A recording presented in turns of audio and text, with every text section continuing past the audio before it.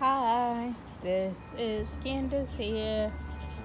So, I'm coming to you from my balcony upstairs, and this is my view. So, my husband is going to have to, I, I guess, because of the rain and the snow and everything that got gray or something gray and